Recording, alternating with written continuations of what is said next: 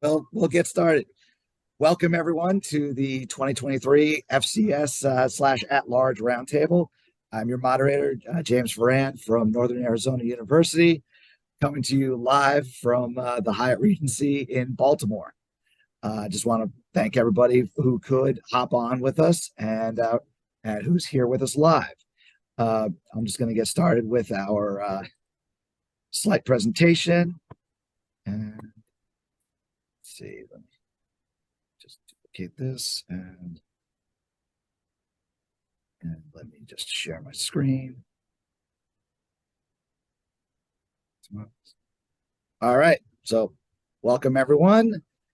It's been an interesting year. First off, we want to congratulate Christopher Robb from Alabama State for being our FCS Video Coordinator of the Year. And if you were not here earlier, I was up for national vice president of the organization. Unfortunately, I did not win, but I want to thank everyone out there who voted for me for the position. Just some quick stuff, some housekeeping stuff to go over as we're still part of the Open Exchange. They always ask that when we send out our special teams copy of the Open Exchange, that the Open Exchange be arranged by type instead of in game order. And one thing I noticed this year from a couple teams is they would have like the first half of their special teams be the first half, and it would be like kickoff, return, punt. And then they would have the second half. The Open Exchange requests that you do it for the whole game, not just for each half. And for everyone, if you just take out timeouts, dead plays, when the play stopped for replay review or something like that, like it'll help with putting in data for everyone. So that way it's a uniform kind of setup for that. And for those of you who are in conferences that require data exchange as well, like down, distance, yard line, we all know that.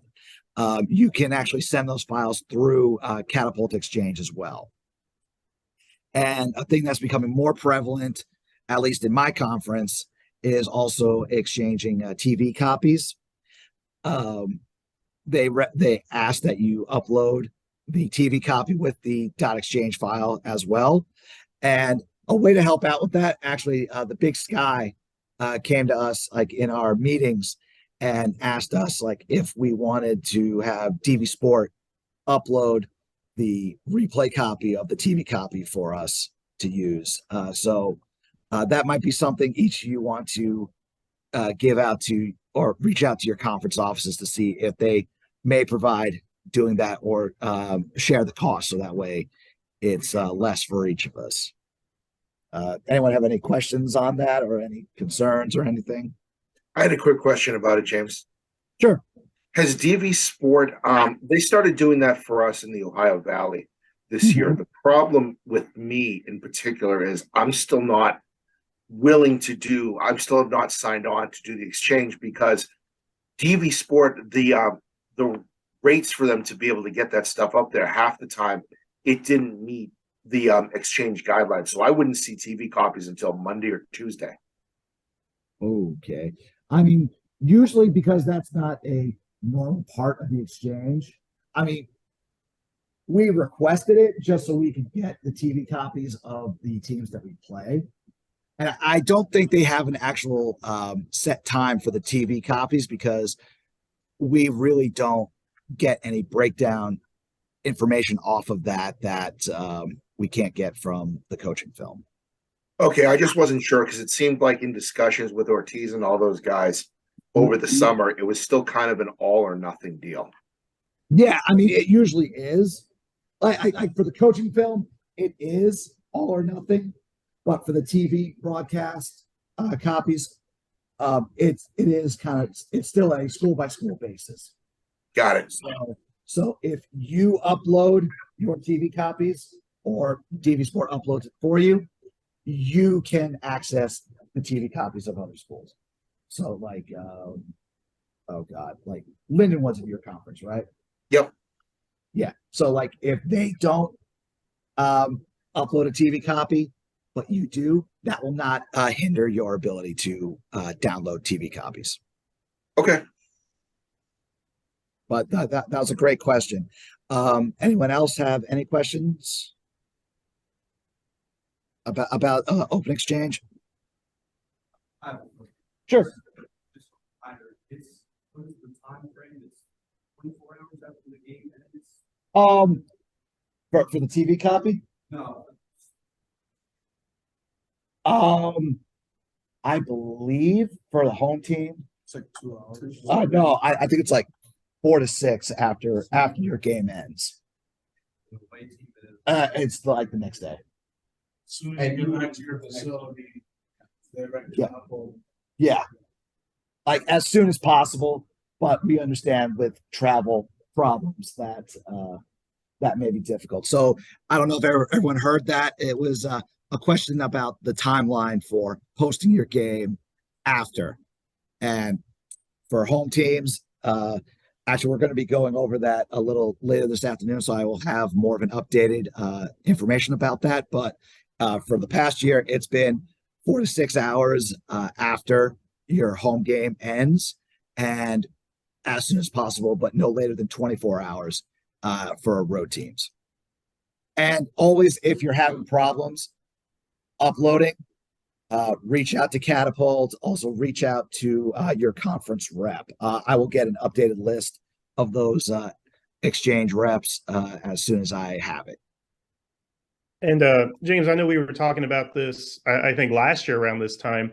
What penalties, if any, are going to be given to teams that don't upload within those windows? Are they?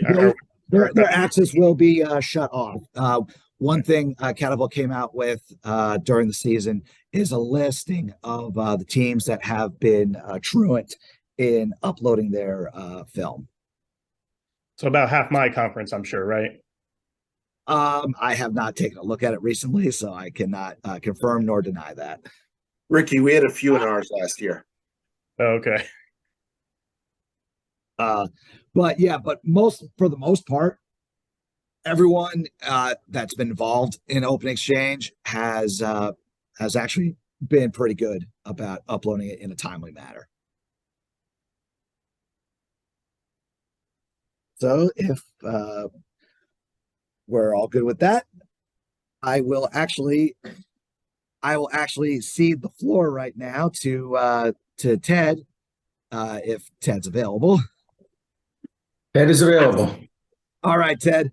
So now we're getting into College Press Box. Like I said earlier, Ted is the owner and operator of that website. He has been very supportive of FBS, FCS, in getting that information out.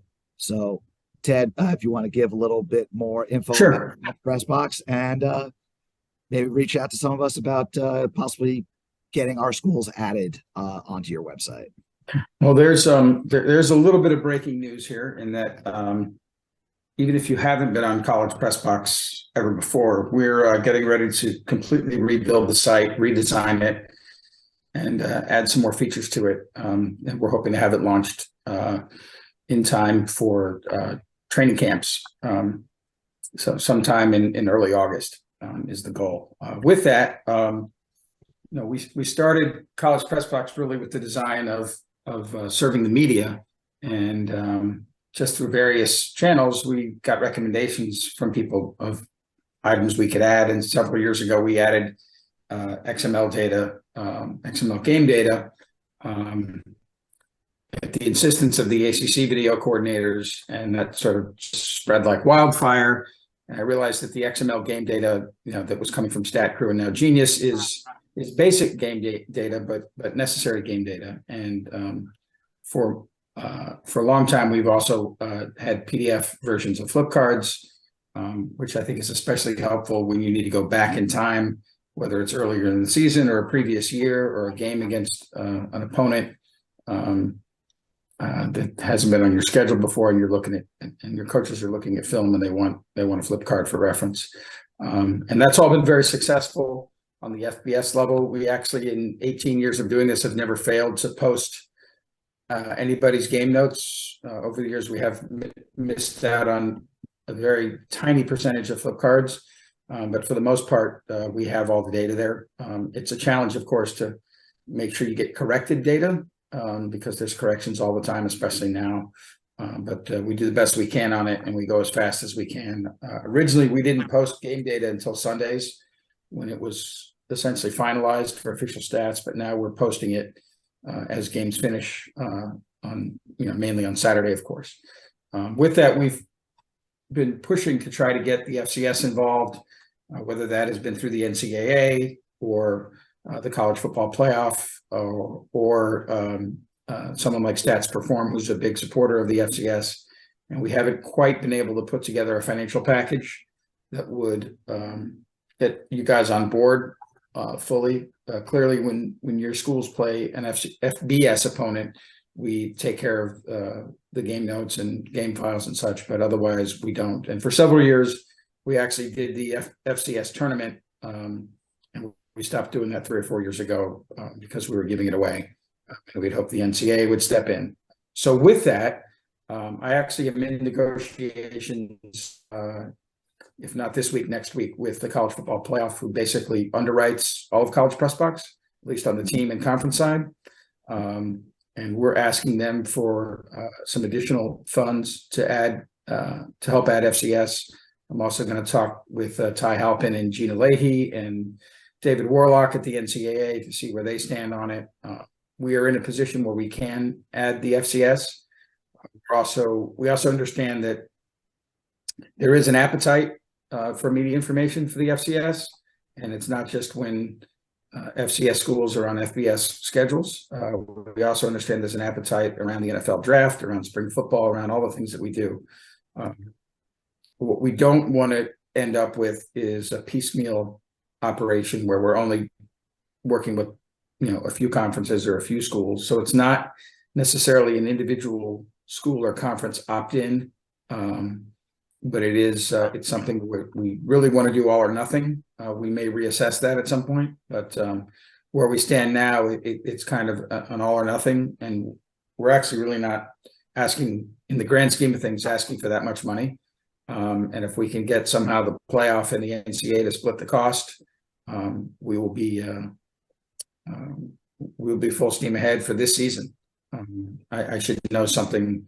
I would guess by June 1 as to what we're going to do. And the other thing we don't want to get into, and one of the reasons we don't want to get into doing it team by team or conference by conference, is just billing people. Billing 100 different schools or 15 different conferences is not something we really want to do. And just so you know, that funding would supplement it for the entire country. So it would be nothing out of your pockets individually on campus. So that's where we are. And, we sent out a survey.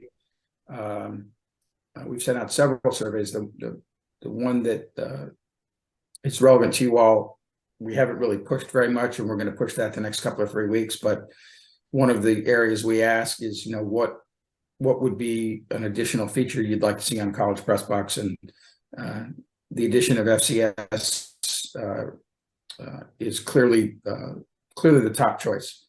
So we're going to push, and if it doesn't happen this year, hopefully when the FBS playoff expands and there's more revenue there, that they'll have an easy reason to approve some more funding. So that's where we are right now, and I appreciate you all allowing me to take a few minutes to visit with you and talk to you about it. I realize that it's just another tool that's helpful to you all. It's clearly not part of your film exchange or part of your data exchange, but if it's something that can help save anybody time, especially you all who are, probably for the most part one-man operations, we're all for it. So that's where things stand. And again, appreciate the opportunity to visit with you all. And I hope in the future I'll be at your conference in person. Thanks again. Yeah, thank you, Ted. As someone who has used College Press Box in the past, it has made my life and my coaches' lives so much easier, because with that file, it has down, distance, yard line, quarterback, run pass, gain, tacklers. It's stuff that we can import instantaneously into our games. It saves us time. It saves our coaches time. It makes us more efficient. And Ted actually sent a survey to the organization, to CSVA, and asked Errol and myself to disperse that to the membership. And Ted, do you know how much of a feedback you got from that or participations, in case I need to send it out again? Yeah, I'll get with you because we should send it out again. We only got about 40 responses, but it was also sort of a Wow, kind of a okay. black hole, like in between the end of the season and the start of spring football. So, and I realized that that's not a great time for response rates. For example, we sent out a survey to Division I FBS SIDs about timing of preseason award watch lists, and I got, out of 141 schools, I got 128 responses in 3 days. So that conversion rate was a lot better once spring football was behind. So okay. Yeah, so I'll send out another link to the survey because I still have it. I'll put it on our Facebook group, and also I'll put it on the CSVA group as well. So that way we can probably get a little more use out of it. And for those of you who are interested in using XMLs, there is a program that I have that can convert the XML to a .csv, so that way it's a little easier for us to import, like into Deep Sport, into Catapult, and I think even into Huddle as well. So that way it would make it a little easier for us to use that information. So if anyone is interested in that program, just reach out to me. I will email it to you. And I believe actually I have it posted on the CSVA Facebook page in the files section as well.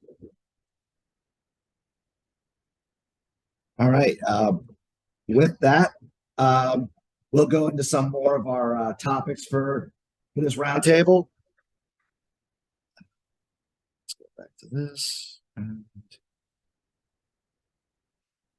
I'll just go back to sharing my screen. Okay, so the next topic that was brought up when I sent out a call for topics for this was dealing with departing coaches. As we all know, this business is extremely fluid. There's a lot of moving parts, and sometimes we have to deal with coaches moving on to other teams. And if anyone has any suggestions or anything, please feel free to come up and address the group. But I know the main thing a lot of us do is how do we get the film out so that our coaches can use it wherever they go to their next school. One option that I've heard is portable organizers and the ZIMP/RZIMP feature. Those are primarily with Catapult. I mean, I'm going to speak about this as a Catapult user. So anyone who is a DV Sport user, please feel free to hop in about what you guys may do with your coaches. The only problem I've seen, are there any DV Sport users in here? Does the ZIMP and RZIMP even work on DV Sport coming from Catapult? It does. It's not compatible. Okay. So yeah, so I mean that's always going to be a compatibility issue. So the main thing we could probably do is export the video for trade. But for those of us who've had coaches come in with cut-ups, those cut-ups tend to eat up a lot of our server space. So it might be better to have a way where this is something like I was told by a couple guys who work in the FBS, is it might be easier for everyone involved, for us who are helping our departing coaches leave, and for those of us who are receiving those departing coaches. It might be easier to export the full games with the data attached or with the data files provided. So that way we could run whatever cut-ups they might need when they get here, when they get to our schools. Has anyone had any issues with that, or had anything else that might help the process? I think coach coming from really low level FCS, and like they were actually still using Huddle, getting their film imported into Thunder. It was even a cut up itself. What do you guys suggest? Because he had obviously like his own PowerPoint slides within the cut up, but then going back, I had to literally cut every single slide. Is there any type of process that could make that faster? Do I just need to get the PowerPoint directly from it, just insert slides into Thunder, something like that. You know what I mean? One thing I would recommend is if the school that he was at, did he have like the dot exchange files with his video, or was it just the raw video? It was just the raw video. Okay. I think for those of us who are with Huddle schools, I'm pretty sure Huddle has a way you can export the dot exchange, because and you kind of need to do that for the open exchange process.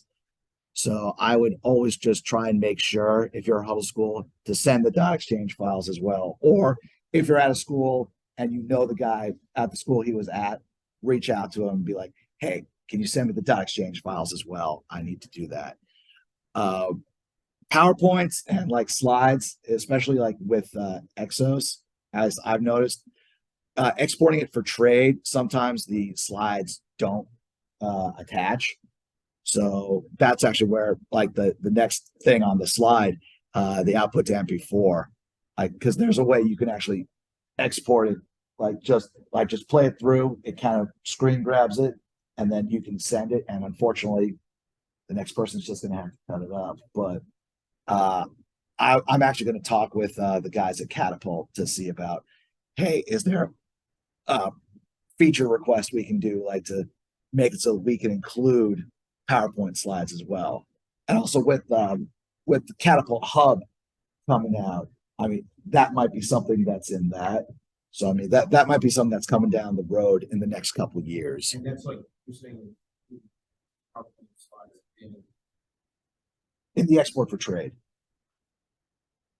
Yeah, because depending on how you have like the PowerPoint in your edit, it may not be included in the export for trade. even with the exchange conference. Yeah, because the exchange file is just going off of the local video that's attached to the edit. I mean, if anyone listening has any ideas about that, please feel free to speak up. I don't have so much an idea, James, but I would say one other thing too that would be good with Catapult would be a way to figure out when you're getting, and particularly when you're getting an edit, a cut up from a coach coming in, what if it has multiple angles for all various different clips? So you've got practice stuff, you've got multi-angle practice stuff, you've got game stuff mixed in there. I've often had to find myself basically taking the cut up and copying it and pasting it 3 different ways to deal with 1 angle clips, 2 angle clips, 3 angle clips, 4 angle clips. Yeah, I've had to deal with that as well. What I've done is I've basically just combined that multi-angled clip. I've just basically did a merge to make one clip out of it. I mean, more often than not, like the coaches don't really notice it, so that may be a workaround for that. But I mean, I know it's not perfect. That may be like if you're dealing with 2 Catapult schools, that may be where the ZIMP comes in handy. The ZIMP or yeah. Organizers probably. Once you have it and you bring it in, you not necessarily like go to the network. Obviously, it's Yeah. looks like a folders. Yeah, Clicking. but the problem with that with the portable organizer is copying it sometimes to your And that's why Chad was saying most of the time, put it on your, like, drag the organizer on your desktop. It makes it easier to then, it's like, once it's on that hard drive still, sometimes it's hard. It's happening. yeah. Sometimes like you can lose the connection to it, but it's also just taking it out of the portable organizer and putting it onto your system. Sometimes if it's a different version of Catapult that it came from, like it's an older version. Sometimes there can be. And that's something that you can communicate, because I remember you coaches got to talk something. I remember Adam sent me a bunch of stuff for a Switzerland coordinator that came from Cincinnati. He asked me, hey, what version of Capricorn are you on? To communicate that, then he knows, okay, I'm sending you this huge portable organizer. It's gonna work, like you're saying. Yeah. Honestly, like in that case, that's where the ZIMP comes in a little handier. Yeah, any other questions or anything regarding that?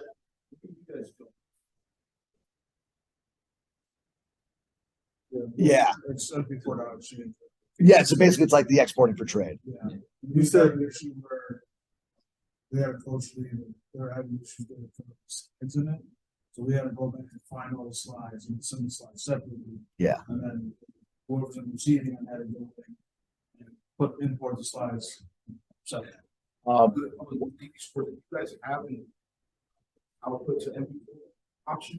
Well, yeah, I mean, they have to for the exchange purposes. You mean like there's two different ways. So print to tape. Yeah. Projects. Yeah. And Print then, to tape is their version of export for trade. yeah. But like for a normal game, we just have consolidated, which takes 2 minutes. Okay, that even on TV Sport, that's fun because you have to use the same cameras when you're filming the game. Otherwise, it's not. Yeah. You got to take the shit out. Yeah. Yeah. The print to tape is kind of like the TV Sport version of export for trade, just like their road ready is our travel mode. Which I didn't know before. Like originally, when I was doing print to tape, I was doing it individually, just watching the time elapse or what have you. But you know, as long as you have one of your shared folders open, and then all of the cut ups within that shared folder, you got to select all of those. Yeah. Go to like I think it's a function maybe video, maybe it says cut ups and then print to tape, and then you make individual files. And then it'll just but the thing with the cut up sometimes is you can have the same clip in 5 different cut ups. Exactly. Mm-hmm. So that's where I think the exporting the full games, like, and giving the coach like the data files. So that way Even they, now, Open Exchange, you can just give them data files. yeah, Like, going all the way back to 2019, they can just download from. right. yeah. So like with the open exchange now, a lot of the stuff that a coach would probably bring with him is just like maybe his drill tapes and stuff. Right. We've been there for 10 years. Yeah. Yeah. Yeah. But when we print the tape though, it does go with the images. Like with the slides, as long as you have a dot exchange. It does, but like I said, we had an issue where we had a coach go to Kent State and they couldn't import because of the issues with the slides. So I had to delete the slides, then export it, and then I had to go back and find where the slides were, Well, and then send it. and actually, Catapult has a pretty good thing, like where you can save the playlisting in the edit to like a CSV. Yeah.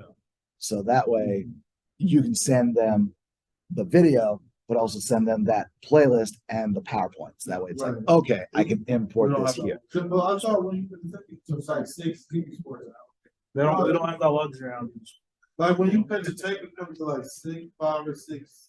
Yeah, so Large MP4 playlists. dot exchange. It's so many different files that I think are relevant. I Yeah. don't know why it kicks out that many files, but it's just MP4. Oh yeah, like the DV Sport file. The Yeah, playlist when you file. but when you consolidate, it's just MP4 dot Yeah. exchange. But yeah, but like so. Yeah, that I've seen. I don't those. understand it. I've never. That's part of what the interop group is for. Like they're trying to find out like a way to make it a little more uniform across all the systems. What about, here's another thing that I ran into, when Coach came from Ohio State, and obviously, you just want to get accountable, but like, if the coach had keynotes in the videos, like, let's say, player did a move, and there's a stop, where it's a circle, and it had a note on it, how was it with BB Sports guys, how was that coming in, when you have something like that? I haven't experienced that personally. He's talking about the drawing tool. It's drawing Use tools, drawing which tools. is Catapult. It's kind of like the huddle, like the recruiting. Like a high spot? Yes. Yeah, those don't come on printed tape. They won't. I don't even know if that's really a feature on TV Sport. Well, you can use the hotspot. But I'm saying, if the coach is bringing it from the school, like you do that. Oh, how does that? I haven't experienced that. Honestly, usually that feature or that would really only come through like if you output to MP4 from Catapult, but that's a different process than export for trade. Right.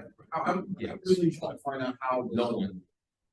People sport guys accept clips like that. Yeah, I have not. It's like, is that YouTube has one full video? Like, yeah, it's kind of.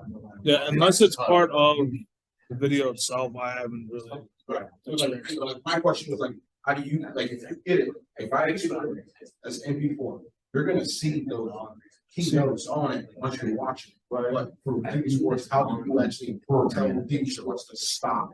Yeah, when it My product to go on a hand market. Yeah, that's usually the case. And one other Please thing, don't do that. Yeah.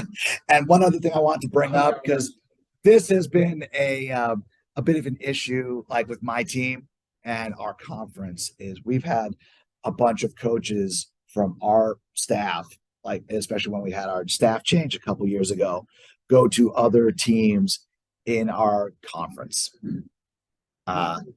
How do the rest of y'all handle that? Like giving them their stuff? Well, look, we just had like our DC go to state and ask for the film or request something. I was just actually talking with one of the GAs while I was here, and Coach Trino was needing a cut up and just trying to walk them through how to send it without any current data that we have, which has to what we see. Yeah, I mean, the export for trade, especially for Catapult, like any data that it sends in that is basic data, like down, distance, yard line, and all that. It's not going to have your formation calls or anything like that. Well, I think for us, it depends on what, like, I don't know if this playlist is the right term, but what, like, Yeah, field. yeah, but what do you call that? The headings. Form? Headings. Maybe the heading, but. The form. The form, yeah, which form. form you use. And then whatever form you use will be specific to that, maybe coach or side of ball. And, I mean, it could, in theory, have play calls or what have you. Yeah, I mean, one thing that I've just been thinking about with this is maybe, and this is probably opening up a can of worms. Have your position coaches make their own individual headings groups. Like, and I would also maybe limit it to very, yeah, like besides the basic data, maybe just like their comments or something like that. Yeah. So that way they can take that. So that way you're not giving your opponents or the other teams in your conference like your terminology and all that. I mean, that's a gray area, I'll admit, and it's probably the best protocol to follow with that is to know your staff, like know like what they can take, and also, as we all know, you gotta have the head coaches okay, because at the end of the day, you don't want to risk your job to help out another guy who might not be able to help you out in return if something happens. Like anyone like listening on the Zoom call, like, have you had any experiences with something like that? And what did you guys do? I mean, the way we put it here at Columbia is we've got if we have coaches that leave, we already know they know the play calls, they would bring it with them. So it's not that big of an issue for us, at least.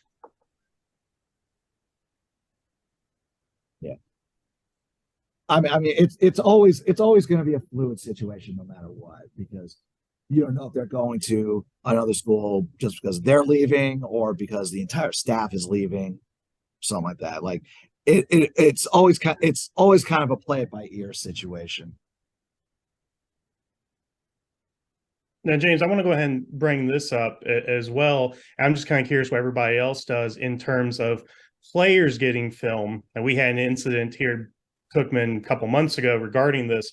My stance is the film's already out there in the exchange. So if you're looking to go to the next level, whatever, or transferring, everybody's got your film. There's no reason I need to be sharing any of that to the player themselves. But my rule on practice film is I do not share it unless the coach gives his okay. Coaches never give their okay on that. So I'm just kind of wondering where everybody else stands with giving film to students and kind of what you guys do. Well, I can speak for myself in this. I have on the door of my office a sheet in 30 font lettering. If you have not exhausted your eligibility as a player, you need to have permission from, and I give a list, the head coach, side of ball coordinator, and position coach before you can even talk to me. Because a lot of the times, like, it's guys who want to transfer and the like, and also it's guys who are being kicked off, usually for disciplinary issues. Those are the guys who tend to want their film the most. So I have that on my door as a liability, like way to avoid liability with me, because I don't want a guy getting film that shouldn't. Usually I have a weekly or bi-weekly meeting with our director of player personnel, and he'll let me know if a guy's being kicked off. And at that point, I also cut their Thundercloud access. So that way they can't, as we've seen, like with a bunch of guys, like they'll take their iPhone and they'll record the screen for their Thundercloud. Yeah. I just want to be a little transparent for myself as well, because I'm always caught in the middle of this. Probably all of us being VC, sometimes we get caught in the middle of this. Yeah. And I never know how to feel, truthfully, because I'm always a fan of the players, and I'm also a fan of keeping my job and the coaching staff, of course. Yeah. But yeah, normally it's like you say, it's the guys that are possibly maybe transitions to another school, even hopping in the transfer portal. Yeah. And there may be like there's barriers on them maybe getting a film. They may tell us to cut off their access to 360 and force them to come inside the facility to do it. I mean, honestly, Chris, like I'm in that boat as well. I love my players, Right. but I've been burned in the past. So that's why I have that on my door. So it's like, you know what? I like player so-and-so. I love you, but these are the guidelines I have to follow. Yeah. Protect yourself. Yes. Yeah, of course. Even for me, like, so it's kind of a non-negotiable for me because I have players say, hey, coach such and such said it was okay. Yeah. I'll give the call and see. Yeah. Like at that point, you just go talk to the guy. Exactly. Yeah. Confirm this. Yeah. Just protect yourself. Right. Yeah. So so that way there's always a paper trail. So that way, like, hey, if a coach later says, like, oh, actually, I didn't want to give video to this kid, it's like, coach, you already approved it. So it's honestly, it's a two-way street to protect yourself, at least in my opinion. Does anyone else have any feedback on what you do, or what, in your case, Rick does with your players?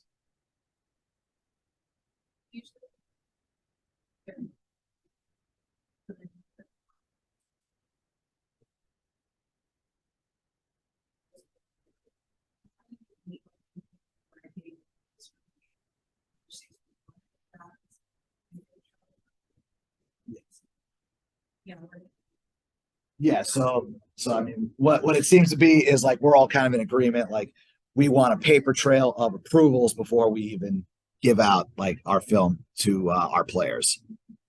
But yeah, that's a great question. It's a situation we all have to deal with. Don't ever take a call from an agent, ever. Never take a call from an agent. Oh yeah, no. Like, honestly, I don't think I've ever had an agent reach out to me directly. It's usually my players saying like, hey, my agent has requested I get footage and stuff, like especially when it comes like around time of the NFL draft.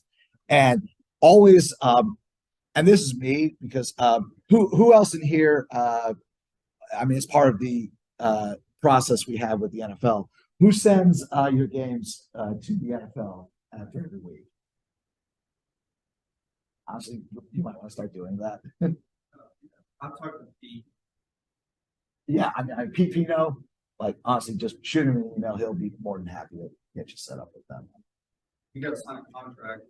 Yeah, yeah. And Yeah, I mean, honestly, it's a 5-minute thing. I mean, the Dub Center. But yeah, one thing I do after our season every year is I have a meeting with my outgoing seniors and any juniors who are considering it, which I don't know why, but I always meet with them to let them know that, hey, if your agent asks about footage to send to the NFL, I tell them like every game, every snap you have ever played for Northern Arizona University, the NFL already has. Because in the past, we had some unscrupulous agents try and charge some of our players like a couple $100 to $1,000 to get their film in front of the NFL. I'm like, yeah, no, guys, you don't want to do that. We have an NFL liaison. Yeah, every college staff has. It's usually like what, like it's usually, at least for us, it's usually been our receivers coach. Yeah. Yeah. Usually he handles all that. Yeah. Yeah. Yeah. Any other questions or comments regarding this?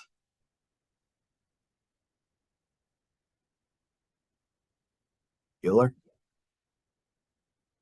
Okay, so our next topic is unfortunately a situation that I almost had to deal with a couple years ago is how do we deal with us departing a school? Like, because sometimes, hopefully, it's because we are leaving for a better opportunity, maybe an opportunity at the NFL level or Power 5 level or something like that.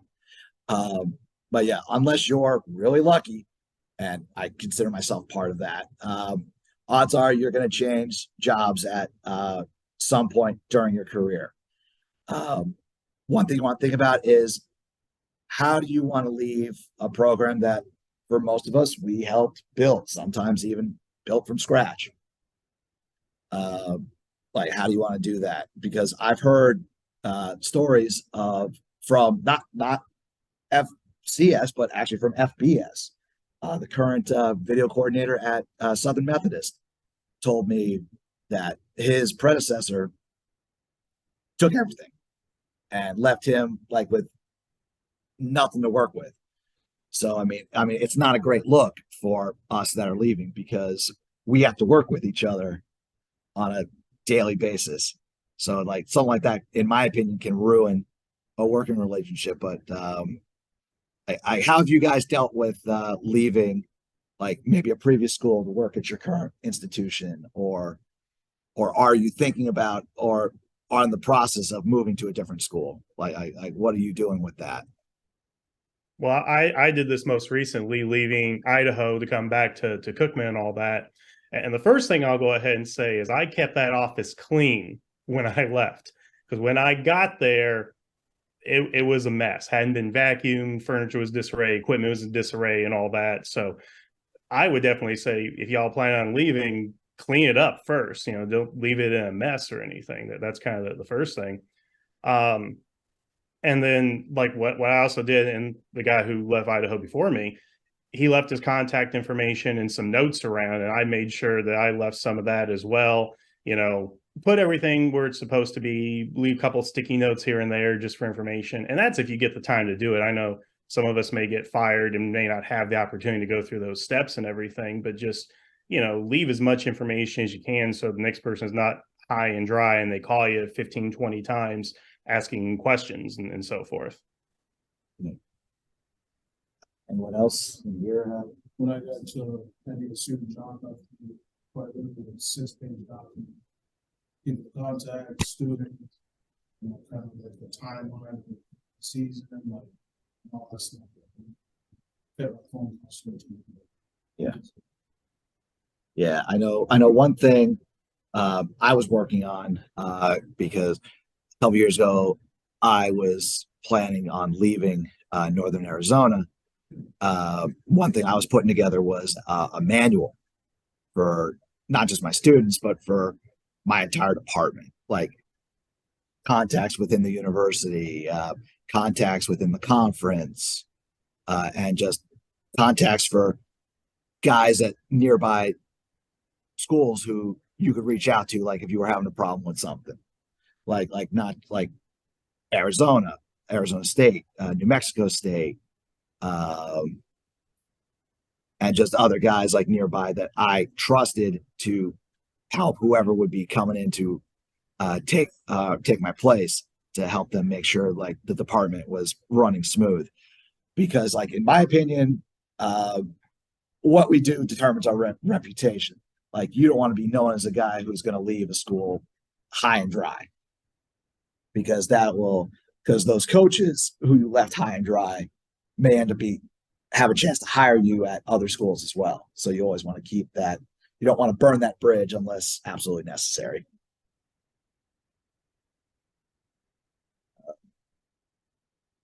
Anyone else? Anyone else on the call? Just like you were saying, like leave the main stuff like that. Like if I were to leave my institution, like just get that next VC's phone number, you just come up to date with everything. Well, I mean, you may not know who's replacing you. Like if unfortunately, it might be a month down the road, you know. Exactly. You can probably keep it like as general as possible. Like what I did was basically a brief how to use Catapult, or what organizations on campus are the best to reach out to for student assistance, or help, even like the name of nearby apartments, like if you're looking for a place to live, stuff like that. I mean, basically, it was basically a bare bones how to be a VC at NAU, or NAU VC for Dummies is what I actually call it. But oh, okay. So if we're good with that, next is a topic that has become very important for us, especially at this level: realignment. We all know the merry-go-round's going to start up again in the next couple of years, and probably a couple of years after that, and a couple of years after that. So if we are, I don't know if fortunate is the right word to use for it, but if we're at a school that it's announced, hey, we're moving up to FBS, it's stuff that we're going to deal with. So actually, I'm going to bring in Zach from Sam Houston, who is actually going through this process right now. Yeah. So Zach, what are some issues you had to deal with in Sam Houston's move up to Conference USA? So I'm going to start at the beginning. In June, we had lost our video coordinator to Montana State, better gig at Montana State. And then we were transitioning from Huddle to DV Sport at the time. And so I basically stepped up and took charge of that. And then we still didn't have a VC getting close to camp. So me and another one of our students were co-video coordinators, which we were full-time students doing a full-time job. And so that was one of the most difficult parts in transitioning from FCS to FBS at that time. So, and then we just now got a video coordinator that has previously been a FBS coordinator. Okay, so Zach, what's some of the stuff like you had to do before that VC got there, to oversee like your guys moving up, like besides like going to team sport and all that? Like, was there anything like from Conference USA's standpoint that you guys needed to do, or from the NCAA or anything like that, or from the WAC as you were leaving? No, not really. There was no contact between us and the conferences. Okay. Were there any other issues besides changing the editing systems or anything like that? No, just Okay. learning. Okay. So like there was no stuff like were there any meetings or anything you guys had to be involved with Conference USA or anything like that? No, not really. Would it be possible maybe like the operations person would have had to be in on like a meeting or some type of email? I believe so. Okay. Okay, yeah. So Yeah, because I mean, I mentioned that because some are like, when it comes to conferences, well, originally we'll start with the ops for us and then it kind of transition to me once I got more acclimated with our program, if that makes sense. okay. I do, Chris, do you work with your operations as well as your video? Yeah, and like this, me and the ops have to be like this, they have to be for everything. Okay. But to try to delegate some of the tasks, for my former operations, so guy, he transitioned to XFL coach, and now we have a new female direct DFO, but it's her first year, so sometimes a bit overwhelmed. But as a result, we try to work together as much as we can, and she'll transition a lot of tasks or delegate a lot of tasks to me. Okay, so like you guys were moving up to FBS, you would probably be helping a little more on the operations side than video. I mean, that's probably what it sounds like. Is happening with you as well. Okay. Wow. Have you had any difficulty like probably not with the old exchange, but getting filmed of the teams you're going to be playing once you hit conference USA? No, it was open exchange was very, very easy for me to navigate. Yeah. I honestly that's probably open exchange is probably going to help a lot of us if we do have to if we do end up moving up because of realignment. All right. I'm trying to think if anyone have any questions for Zach or something like that he might have seen that maybe it's not quite hidden right now or something like that. That's the hardest part. Like the ASOs merged WAG, things happening with just figuring out some of the West Coast teams. I think at one point we are now the United Athletic Conference. Yeah. The ASO WAG. So one of the biggest challenges, like we'll have to sit there in December and early January, because there was also it's not even a rumor, like it came out saying like, hey, like the ASO WAG, we're going to FBS 2024. I'd say like the biggest challenge is like just the clarity and everything. Like you don't know, like, hey, like, am I gonna stay at Austin Peay because now I'm in FBS? Do I want to leave because the time that it takes, because you gotta wait transition. Like for him, I mean, I think Sam used to play 6 games 1 year, and that transition year always does kind of suck. Yeah, this past year, like you guys only played what, like 9 games? Yeah, we only played 9 games because 2 of our team that were supposed to be in our conference went back to Incarnate Word and Lamar both went back to the Southland Conference. Yeah. So yeah. And actually what was that like having to deal with that? Like you have 2 opponents and then all of a sudden you don't. I mean, it's probably very similar to the spring season. Yeah, it was very, very similar to the spring season that we had. Because I mean, did Sam Houston I'm sure they probably did make efforts to try and fill those 2 game slots, or Yes, and I know that we tried to make efforts, but I don't think any of those materialized really. okay. And so we ended up having more bye weeks than we did games again. So Wow. All right. Well, Must be nice. yeah. Well, Yes. yeah. Yes. Yes and no. All right. So I mean, if Anyone else on the call have any questions for Zach or anything like that? All right. I had a quick question. Sure. So Zach, with moving up to an FBS conference now, are they going to like give you more of a budget to buy equipment and just run the program, or are they just going to kind of keep things as they are with you? I believe they are going to give us a little bit more of a budget. I'm not 100% sure on that. I mean, Because oh, go ahead. Sorry. Because like I said, we just got a new VC, so that bumped me back down to just being a student or like a student assistant. And so I'm not really involved with that right now. Yeah, because for those who don't know, Zach is actually a full-time student at Sam Houston. Okay. Yes. Yeah, so he's kind of the interim VC. Yes. Gotcha. It's just I know that on this level, budgets are always hard to go ahead and get, and I would imagine, or I would hope that moving up to the next level, you get a little bit more of that money since the school's getting a little bit more money too. Yes. That was another thing that was a struggle for us, was trying to get new equipment because I was trying to get equipment to get us ready for the season and upcoming season.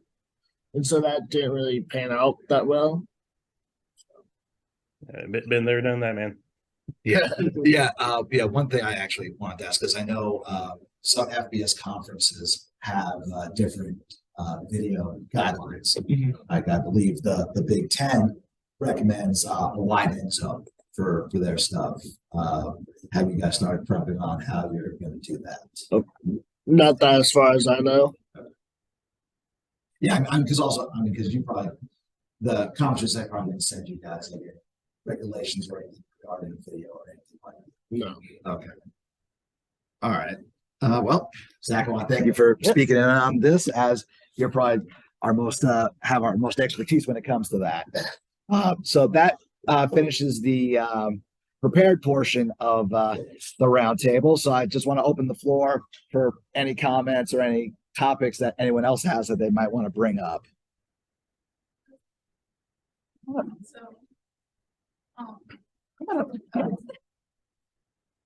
I'm wondering how you guys get students.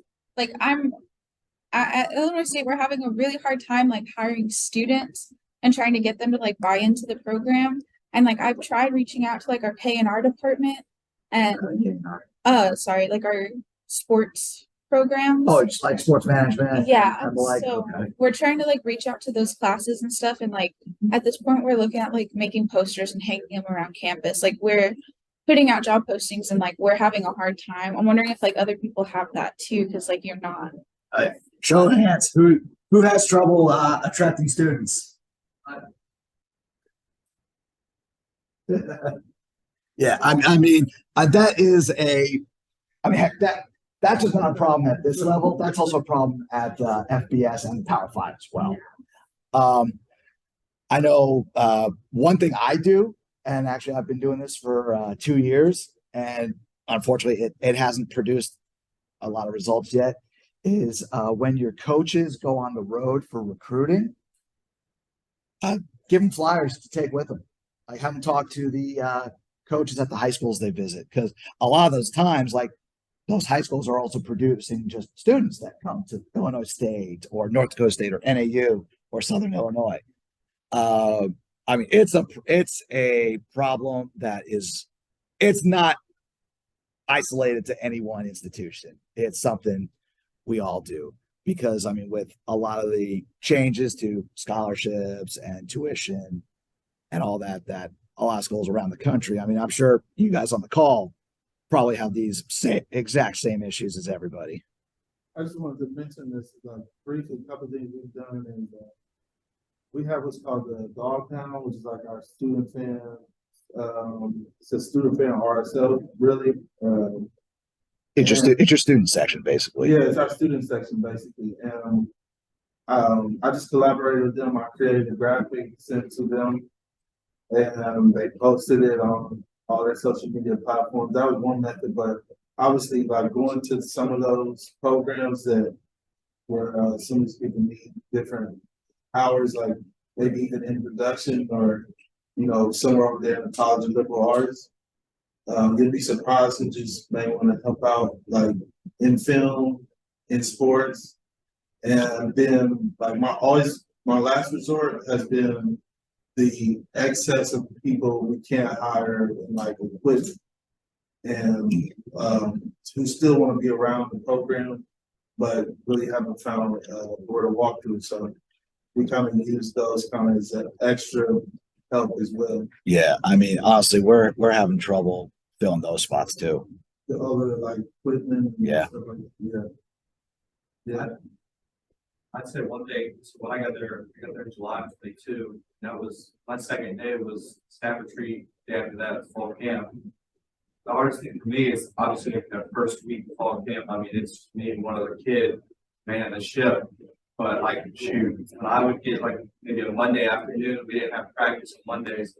Dude, like I went into the production teaching, like production professor's classroom and spoke, gave my little spill, like this is also football. Like that's the biggest thing. Like if you put your face in front of kids, like they already see you, they know, like, hey, that kid looks like I'm young, but like, hey, maybe like that kid looks cool. Like, why wouldn't I work with them? Oh, like if I go in there with some Jordans, like, why wouldn't I go work with that dude? Or, at Alabama State, the dude comes in and freaking suit and tie, like that's respect. It's like you just show your face, like you put a face to the name and stuff like that. Like those kids they'd rather look at you than look at a Twitter post or look at a flyer, stuff like that. Because like everybody at one point, like people always call me, like they'll say like I'm kneeling, I can fit in with whatever culture is around. So if people see that out of you, they're like, hey, like the dude that wants to hire me is like one of the coolest people on campus. I mean, it's just help right there.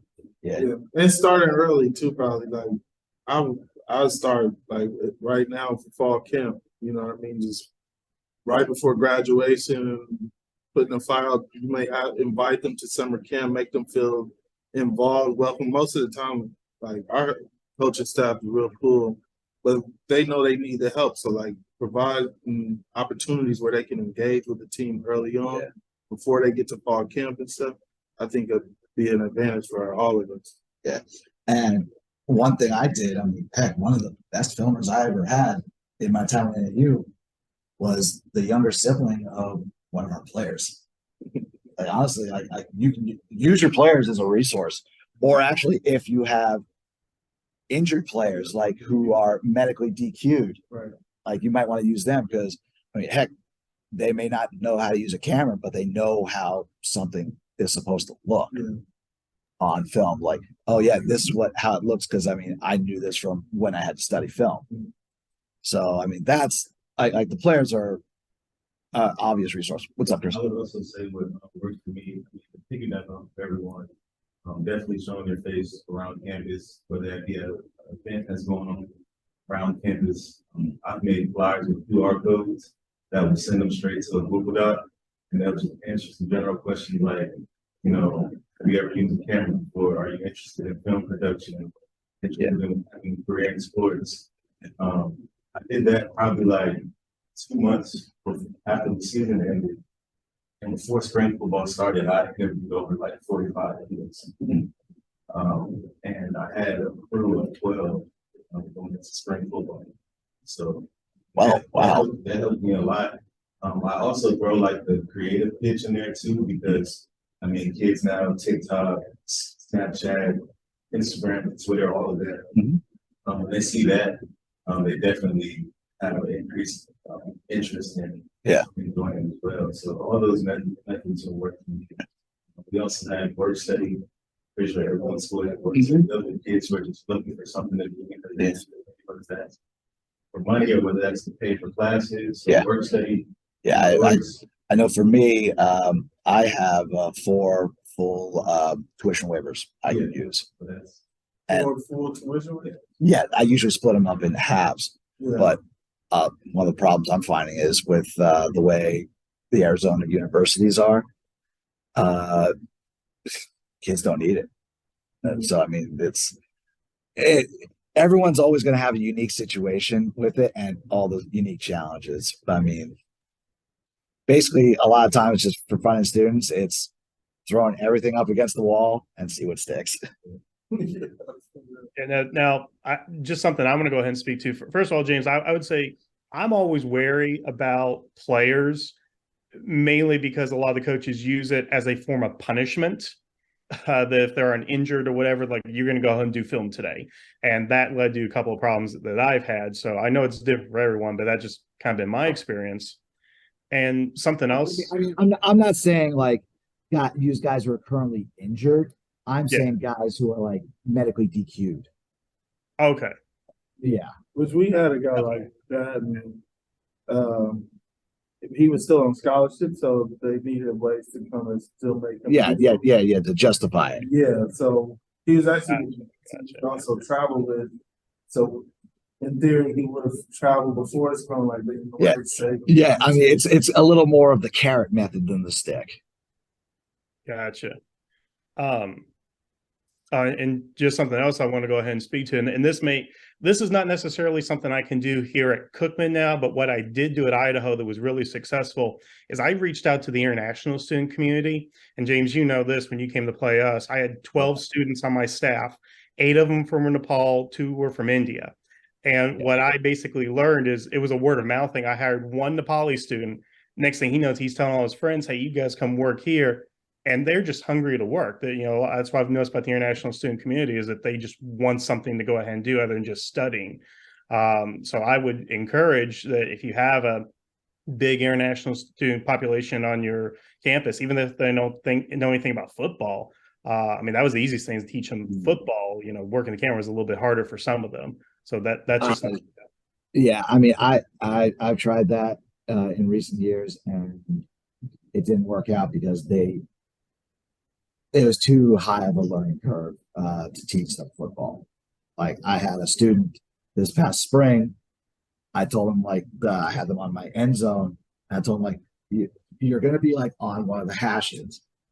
They spent the entire practice just going whatever was between the hashes. So just a little. I mean, it's a hit or miss. I've found that to be. And I just had positive experience with. Again, I wish I could do it down here at Cookman, but it doesn't work that way down here. Adam, you have something or? No, not really. I mean, it really is. You said it a minute ago, especially at this level. You've got to just any options you've got to try to find, retain, train anything for students. Take advantage of all of it because you just never know. The one thing I will say a second ago, I have definitely found after doing this for God knows how many years, especially from when I started to where it is now, it is so much easier to teach them the camera and the computer versus the football.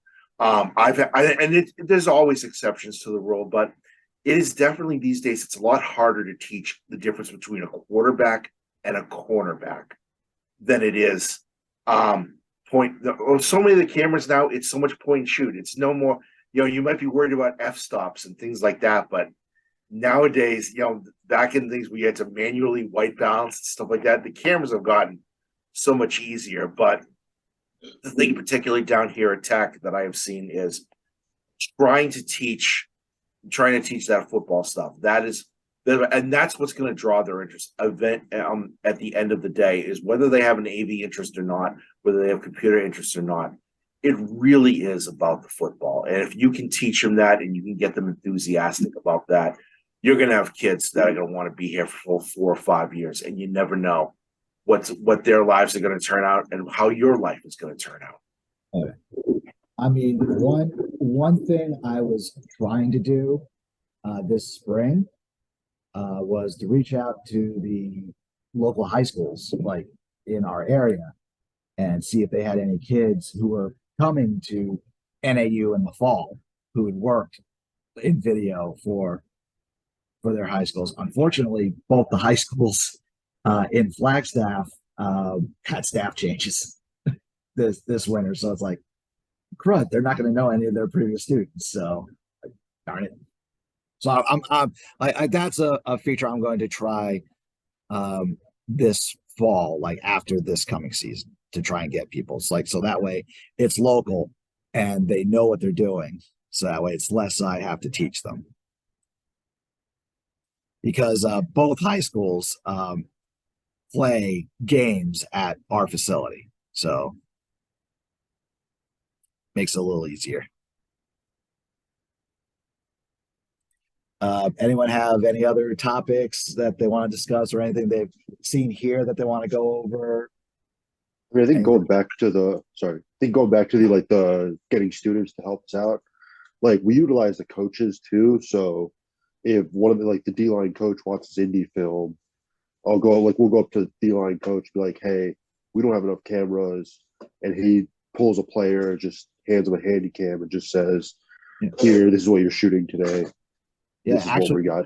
we had something like that this spring with our tight ends.